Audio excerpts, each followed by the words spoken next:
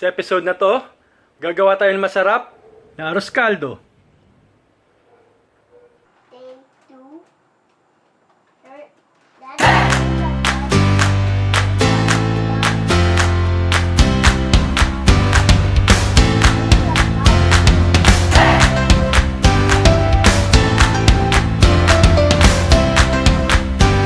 Itong mga ingredients na ating gagamitin: bawang, sibuyas, luya, turmeric,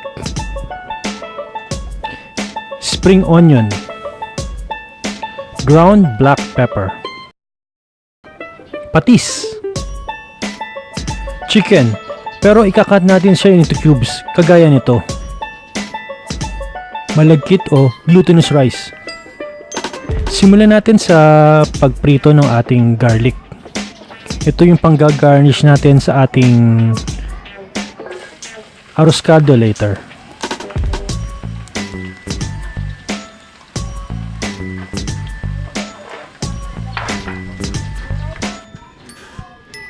Fry lang natin siya hanggang maging golden brown siya. Iwasan nga pala natin na masunog siya. Pag golden brown na siya, hanguin na natin.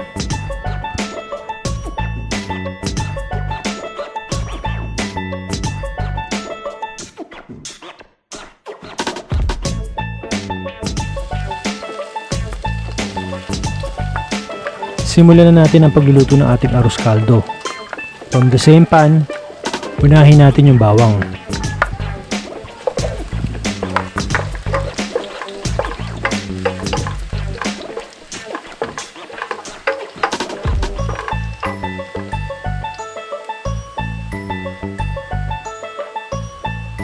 Pag may brown na sa ating bawang, isunod na natin yung ating sibuyas.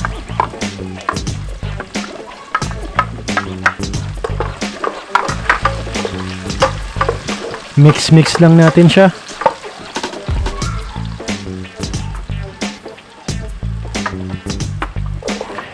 Pagkatapos isunod na natin yung ginger o yung luya.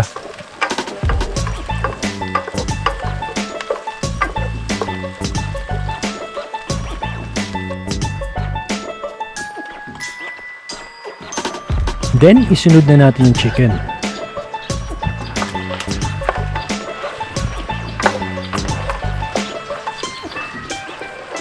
I-mix lang natin siya with the rest of the ingredients para masimulan natin masangkot siya yung manok o yung chicken natin.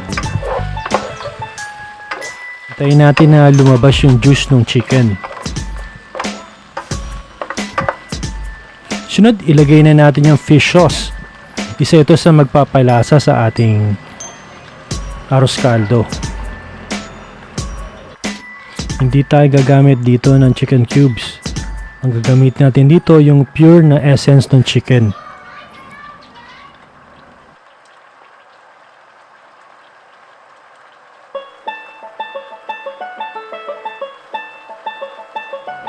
Isunod na natin yung ground black pepper.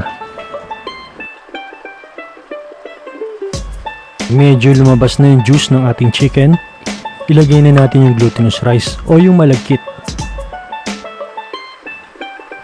For about 5 minutes, hintayin natin na i-absorb ng konti ng ating glutinous rice, yung patis at yung lasa ng chicken.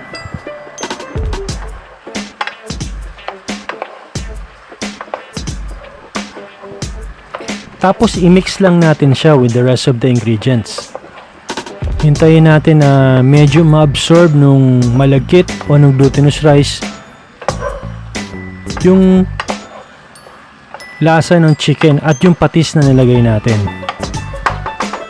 Hayaan lang natin siya maluto siguro for about 5 minutes.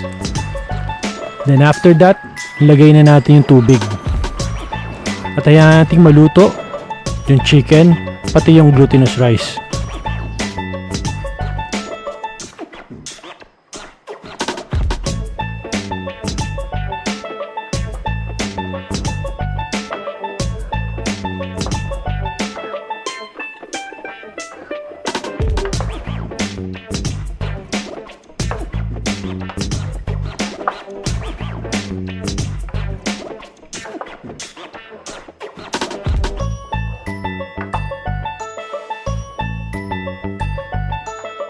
Takpan lang natin para maluto yung ating glutinous rice at pati na rin yung chicken. Pag kumukulo na siya, ilagay na natin yung turmeric. Ito ay magbibigay ng kulay dilaw na kulay sa ating arroz caldo. Safe naman gamitin ng turmeric kasi nanggagaling to sa isang klase ng luya.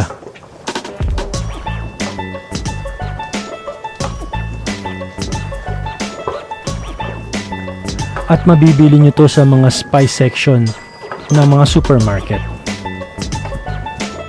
Tapos i-mix lang natin siya para madaling ma-dissolve yung ating turmeric. At the same time magbigay ng kulay sa ating arroz caldo.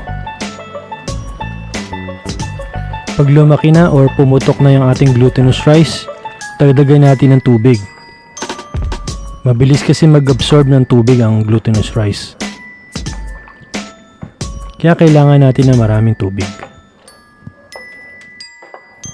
Mix lang natin siya ulit para wag dumikit sa bottom ng pan yung glutinous rice or yung chicken.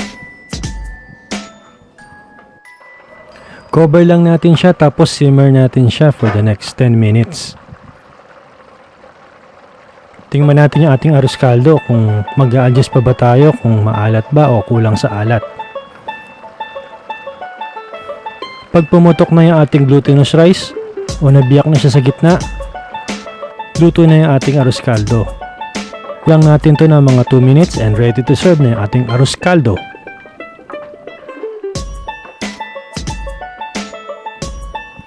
Ito na yung ating ginawang arroz caldo. If you like this recipe, huwag po natin kalimutang i-click yung notification bell. Huwag natin din kalimutang mag-like, comment at subscribe. Hanggang sa muli, happy cooking!